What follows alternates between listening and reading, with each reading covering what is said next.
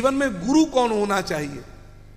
एक बात हमसे पूछी किसी ने कि महाराज छोटी उम्र का गुरु होता है कि नहीं होता। अरे गुरु आयु थोड़ी देखी जाती है गुरु की। गुरु आयु से नहीं होता, गुरु ज्ञान से होता है।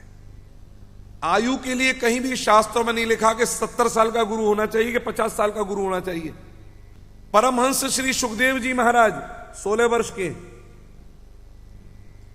सनत कुमार महापुरुष पूर्वजों के भी पूर्वज होते हुए 5 वर्ष के हैं।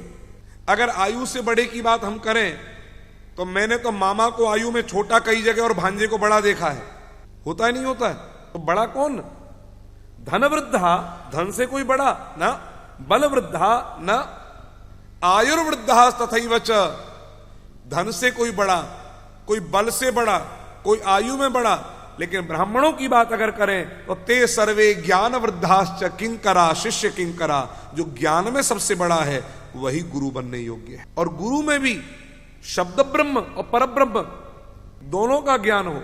शाब्दे परे च निष्णातम, शास्त्रों का शब्द ब्रह्म और परब्रह्म माने स्वयं का कुछ अनुभव भी हो।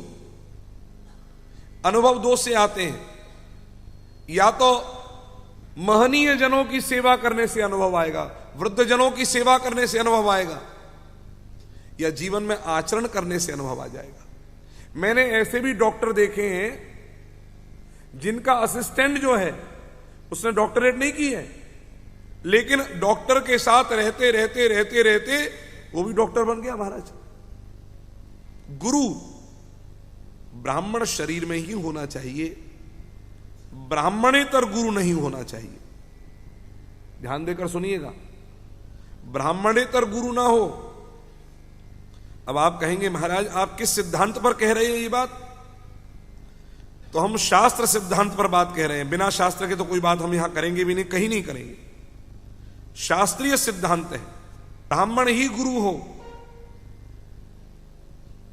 कौशिकी संहिता में लिखा है, बोले विप्रेंद्र एव सर्वत्र तस्मात् विप्रो गुरोर भवेत। विप्र होना चाहिए, ब्राह्मण गुरु होना चाहिए।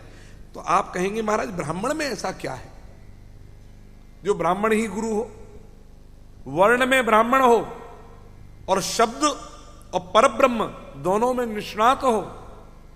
शब्द ब्रह्म हो गई गीता रामायण भागवत वेद आदि, और परब्रह्म अनुभव। तो ब्राह्मण क्यों गुरु, उसका कारण जान लो। सब वर्ण में एक शक्ति है, केवल एक, और ब्राह्मण में 2 शक्ति है। कौन सी शक्ति है? हर मनुष्य अपना कल्याण कर सकता है, यह अधिकार भगवान ने दिया है। हर मनुष्य अपना स्वयं का कल्याण कर सकता है, लेकिन यह शक्ति तो है हर किसी के पास। लेकिन ब्राह्मण में 2 शक्ति है, वो अपना कल्याण करने के साथ साथ वो सबका कल्याण कर सकता है। ये दूसरी शक्ति ब्राह्मण में है।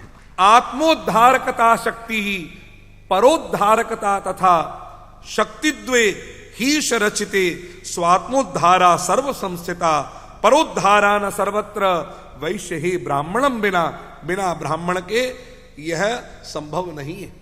इसीलिए जन्म से लेकर के मरने तक आपको कौन चाहिए? ब्राह्मण चाहिए। टेप रिकॉर्ड पर मंत्र बोल करके विवाह नहीं होते। इसलिए ब्राह्मणों का आदर करो।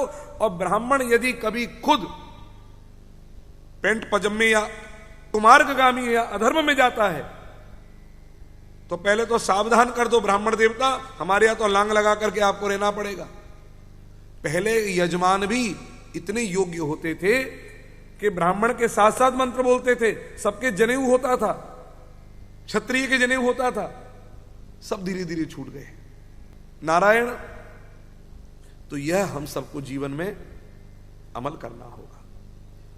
कोई भी बात कहे उनसे निवेदन पूर्वक, विनम्रता पूर्वक कहें कि महाराज जी, पंडित जी, आपने जो बात कही है इसका सिद्धांत अगर आपके समझ में नहीं आए तो इसका सिद्धांत कौन से पुराण में, किस शास्त्र में लिखा है, कृपया करके हमें बताने के कष्ट करें। जिज्ञासु बन करके पूछिए, विनम्रता पूर्वक पूछिए, परीक्षार्थी बन करके, परीक्षक बन करके मत पूछिए, लेकिन पूछिए। अगर मजबूत होगा सिद्धांत का, शास्त्रों में निष्ठ होगा, तो हर चीज प्रमाण के साथ आपको बताएगा। और अगर वो प्रमाण उसे याद नहीं हो तो कह देगा मैं आपको कल बताऊंगा। फिर उसके अंदर खुद के अंदर लौ लगेगी कि मुझे ये बताना है। और अगर नहीं होगा तो ढोल बज जाएगा उसका खुद का ही, क्योंकि सही प्रमाण दे नहीं पाएगा, क्योंकि बात ही गलत बोली है तो सही क्या बनेगा।